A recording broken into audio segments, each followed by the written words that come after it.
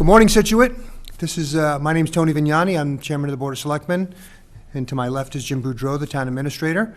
And we're here to give another segment of our daily updates, or I think we're doing about 2 or 3 times a week right now. Before I begin, I want to let everybody know that our town is still functioning on our essential level of services. And I want to thank all the town employees. Every single department has people covering their positions, and they're doing a great job, and they're practicing social distancing. And really, during this difficult time, we're doing a great job. So thank you, everybody. And I'm going to pass it over to Jim for some of the details of changes that have happened since our last meeting. Jim? Thanks, Tony. Just to start with the town employees again, you can reach the town offices. You can call the individual offices. If no one picks up, they will return your call. All town employees have the ability to get their email, whether they're here or working remotely. So you can email them. They will get back to you. We are working on reduced staffing, so we'll get back to you as soon as we can. But I think the employees are doing a really good job considering the circumstances that they're having to work under. So be patient. We will get back to you as soon as we can. To update on the COVID-19 here in Scituate, as of Saturday night, we had 38 cases.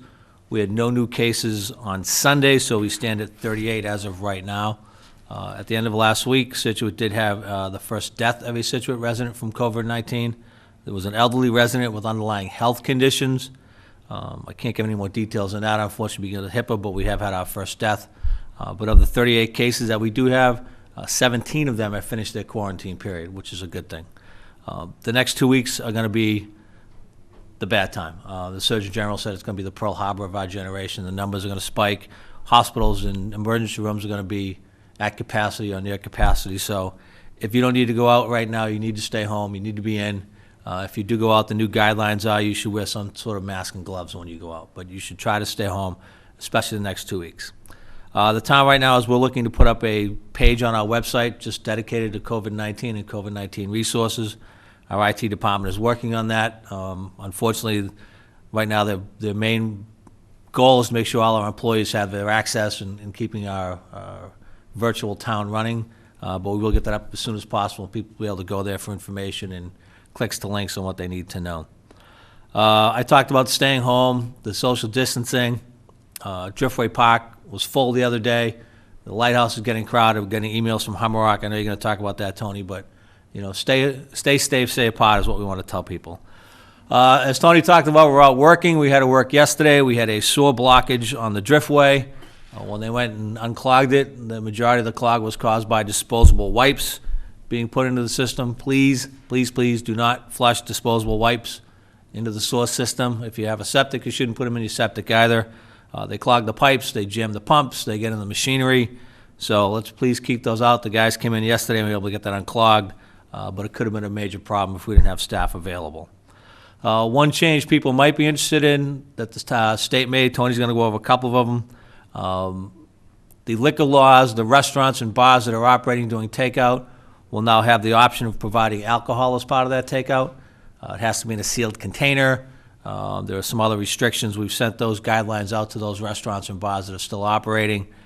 We ask you to frequent them if you can maintain your social distancing. But this is just another way to try to help those restaurants and bars that are being very hard hit by the COVID-19. They can move some of that stock that's just sitting there and sell it and get it off their hands. The other thing I would just touch on real quickly, we have had some questions about the ongoing construction projects.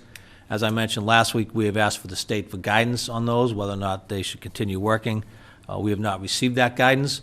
In the meantime, the state has set out a set of regulations that ongoing projects must follow. They've been provided to the contractors. If the contractors can meet those requirements, they can keep working until we get clearance from the state. We will go out and check and make sure that they can meet those requirements, hand washing sinks, things like that, distancing that they have to do.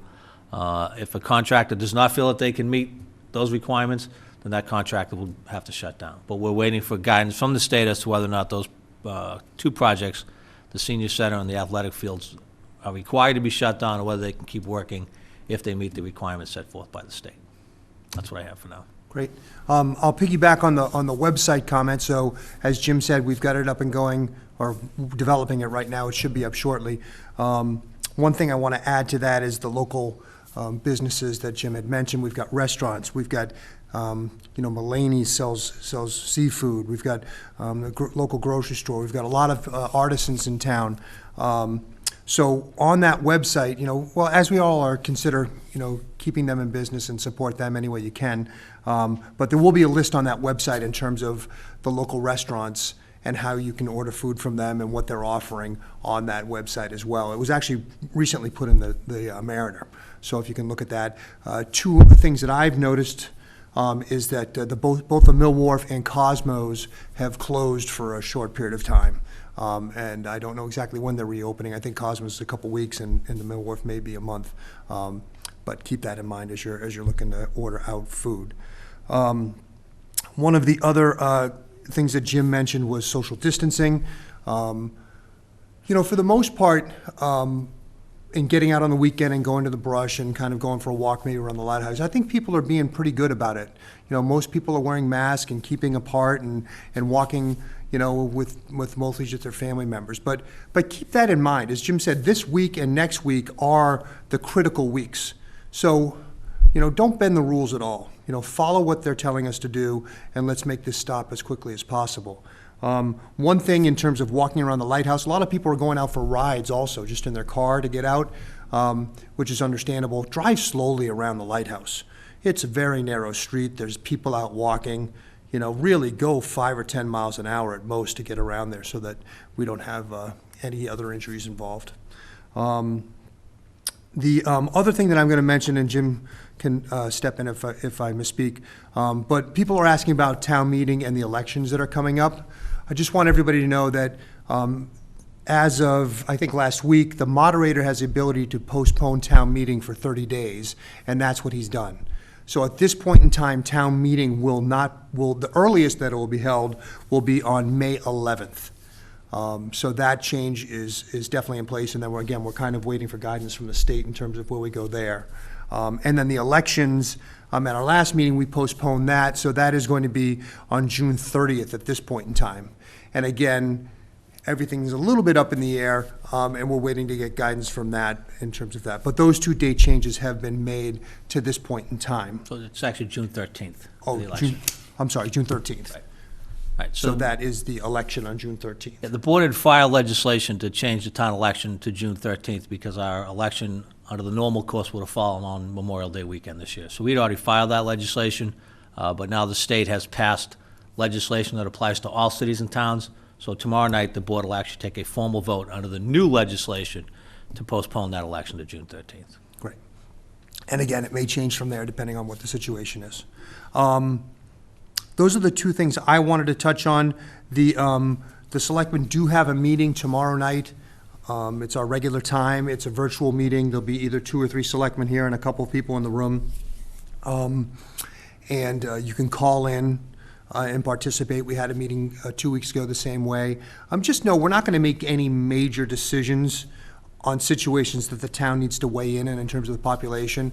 So we're just doing the stuff that needs to get done to keep business flowing. And we had a discussion about the windmill last week, and there is going to be more meetings about that moving forward. So please don't worry about something that you wanted to participate in being passed through without you being able to participate. Jim mentioned on town offices, town employees are here. Email them, call 545-8740 if you need to actually come in, and they can work out some sort of dropping off of any permits or stickers or stuff that you need. And one other thing, Tony, that I want to, the legislation that passed also, under current law, if you drop off a subdivision or some other plan, the planning board has 21 days to hold a hearing and have a first hearing. Otherwise, you get what's called constructive approval, which means the plan that you file is approved as filed. The legislation that's changed on that, now the planning board, conservation, those other boards that are required to have hearings have 45 days after the end of the emergency to hold a hearing. So we don't have to worry about constructive approval or projects being dropped off and approved because we don't have the ability to have a hearing. Great.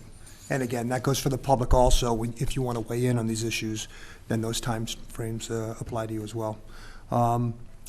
That's all the new news we have now. Our next one of these updates will be on Thursday, April 9th at 9:30. and I think Sean is doing it, or whoever the next person is going to be doing it. Please, during this next week, stay safe, stay at home, and we'll see you on Thursday.